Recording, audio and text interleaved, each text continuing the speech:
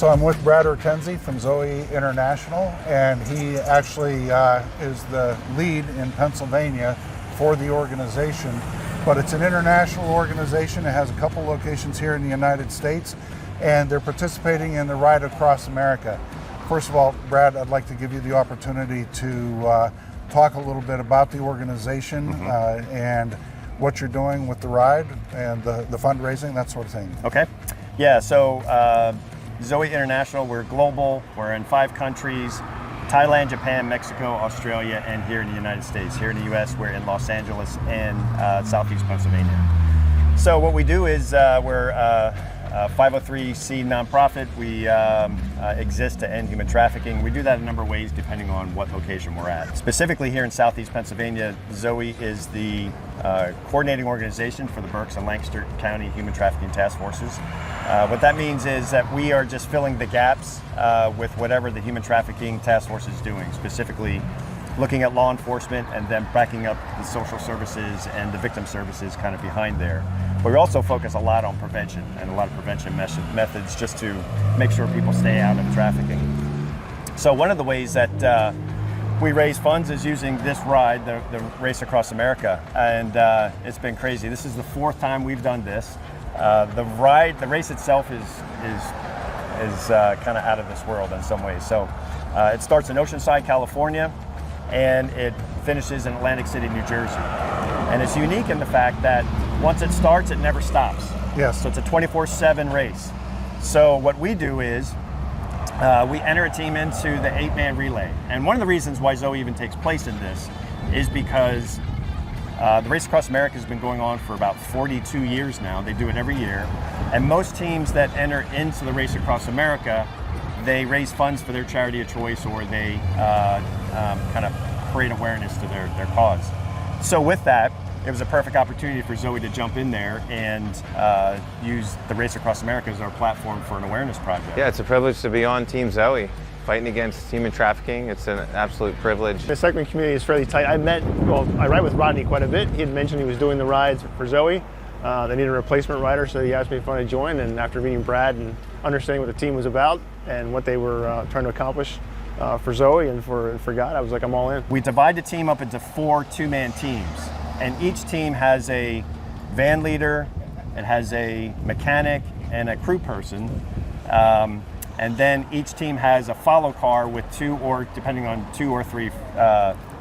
three people in that. And that team is self-sustained, and they're on the road for 12 hours.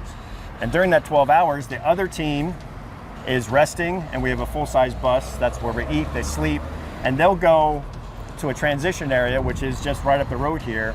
They'll go to a transition area and wait for the 12-hour shift to finish, and then we completely switch out the crews. So with that, the next crew can then get 12 hours of sleep. But one of the things that has to happen is when that shift is done, they have to now travel the 300 miles that the other team was. So they're pretty much constantly on the road. Sometimes they'll get a few hours when they get to the new transition spot and they can stay and rest, but generally they're sleeping on the bus as they go. They're eating on the bus as we go. We wanted to finish under 6 days this year. Doesn't look like we're gonna make it. We had some pretty crazy things take place. Toughest car, of course, is Kansas. The wind was terrible. We had a lot of rain going into Kansas, a strong headwind. So it was just very sketchy riding. So it was very, very tough. Difficult night. So it was definitely Kansas for me. We have been protected. We've had an elk encounter hitting a van. We've had a deer hit our follow car. We've had a van fire. We've had flats. We've had everything, and it's just been protected. God's presence. Your riders are very dedicated. You had one that had a little bit of a medical thing before entering. One of our riders, he rode with us in 2023. He's back again this year. But just a few days before we're ready to leave and fly out to California, he informed us he had a kidney stone. So he went really quick and got it lasered, but he had a very uncomfortable few days.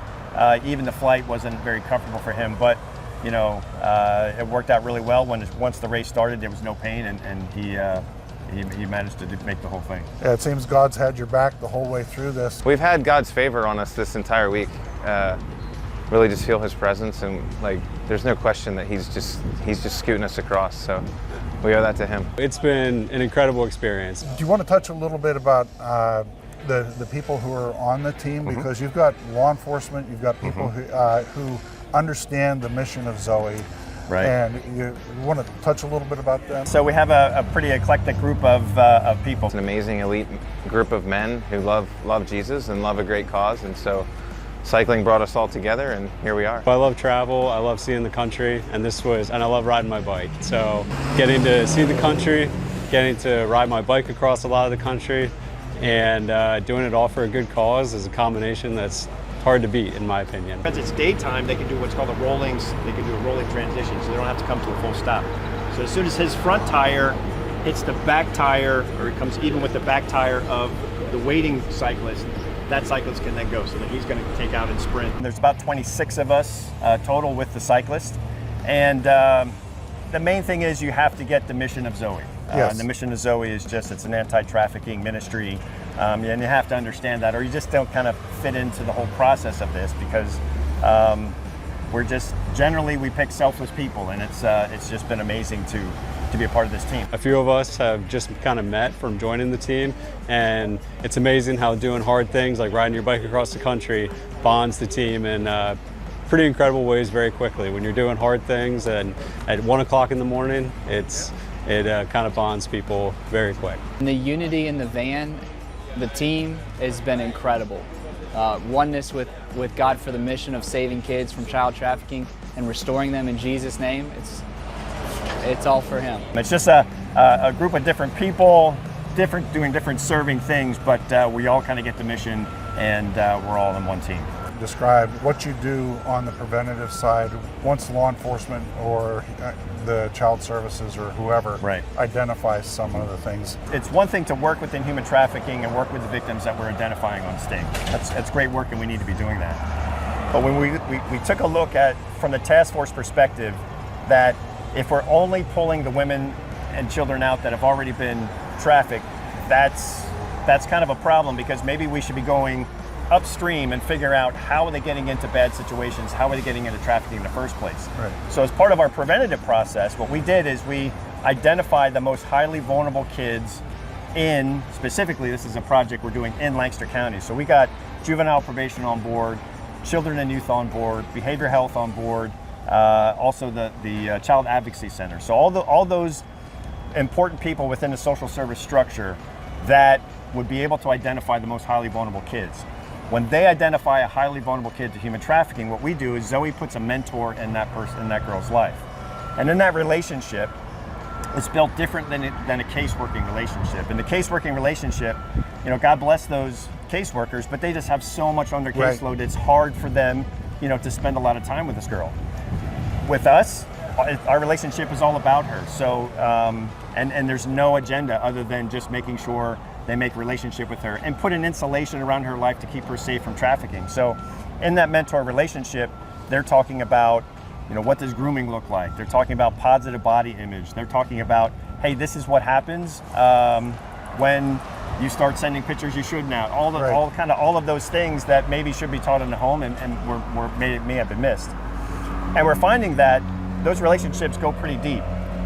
And what we've had in a number of cases is we had a couple runaways where they ran away from a foster care situation, or they ran away from a shelter situation, and the person they're calling is our mentor, because it's a trusted person in their life. So, of course, we let them know, hey, we will have to work with law enforcement to get you back. You know that, and you knew that ahead of time, but we're glad that you reached out. It just shows a little bit of how deeply they trust our mentors. Well, and I think the fact that you're already working with the law enforcement, and they know that you're working with law enforcement. Right.